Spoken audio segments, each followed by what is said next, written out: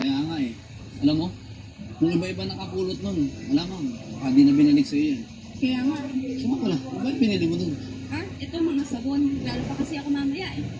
Tara, Tara, tara. bili na tayo ng ulan. Sige. Chong, alis na ako ah. Pagka dumating yung nanay mo, sabihin mo pumasok na ako. Putay, ingat po kayo. Sige na anak, alis na ako. Oh, hanggang ka na pala eh. Pasok ka na ba? Oo, papasok na ako. Di ka ba muna mag-aalasal ito? Bumili akong pandesal. Hindi na, sa trabaho na lang. Makasumalit ako eh. O sige, ingat lang. Sige na. O, sorry, tara, kumain kami ng pandesal.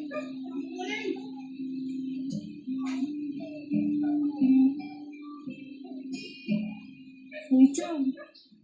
Ba't di ka makipaglaro sa mga bata sa labas? Nay, ayoko po.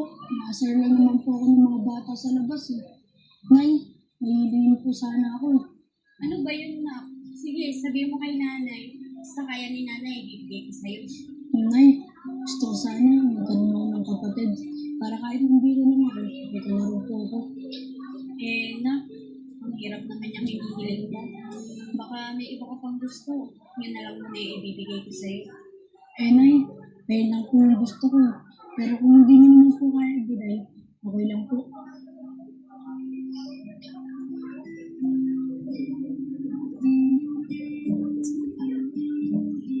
Nilit, may yung baso. Ayun. Nag, pwede ba tayong mag-usap? O sige, ano bang pag-uusapan natin? Tara, sumunod ka sa akin. Dito tayo mag-usap.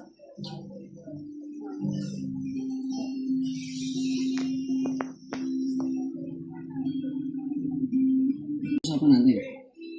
Nad, si Enchong kasi gusto na daw niya magkaroon ng kapatid para daw may kalaro naman siya dito sa loob ng bahay.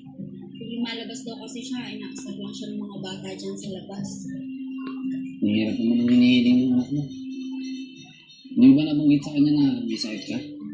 Hindi nga eh. Hindi ko nga nasabi sa kanya na may sakit ako sa matres. Hindi na ako pwedeng magkaanak kasi baka lalo siyang masaktan. Hayaan mo na muna. Siguro, naisip niya lang yan kasi wala siyang makalaro dito sa bahay. Pero pagka nagkaroon ng kaibigan yan sa labas, sigurado ako makakalimutan niya rin yan. Siguro nga.